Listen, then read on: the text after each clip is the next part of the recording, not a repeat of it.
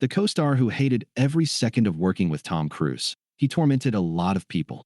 As popular as he is among audiences and his peers, Tom Cruise isn't universally beloved. Not many people in Hollywood are, to be honest, but one former co-star couldn't stand being around him.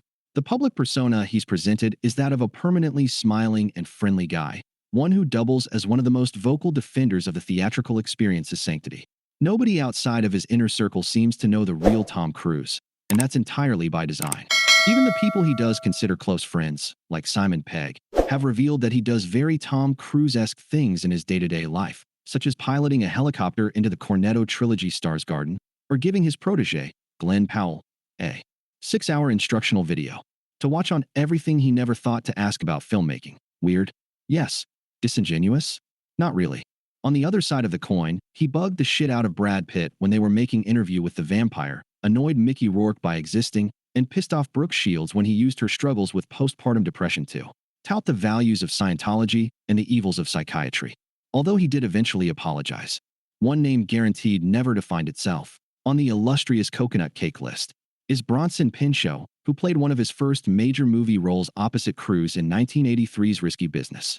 The scene where the leading man slides into the living room in his pants remains one of his most iconic moments. But his co-star didn't come away from the production with the best memories of the star. "We thought Tom was the biggest bore on the face of the earth," he told the AV Club. He had spent some formative time with Sean Penn. "We were all very young at the time. Tom was 20, and I was 23. Tom had picked up this knack of calling everyone by their character names because that would probably make your performance better, and I don't agree with that."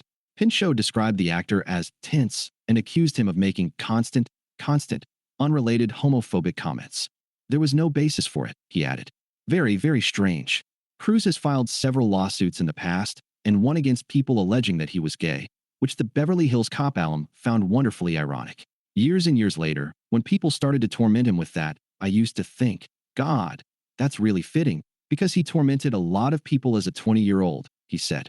Accusing one of the biggest and most powerful figures in the industry of homophobia could have potentially led to murky legal waters, leading Cruise's reps to issue a statement saying, "This is so far removed from who Tom Cruise is as a person. This must have been said in jest," with Pinchot somewhat clarifying his remarks to the Wall Street Journal. The context of the question was, how did he strike me as a person at a point in his career when he was a virtual unknown? Pinchot explained, adding that in hindsight, that for a 20-year-old with no background in theater, such language is actually unremarkable, which I did not know at 23. What remains undeniably true, though, is that he didn't enjoy a second of his time working with Cruise.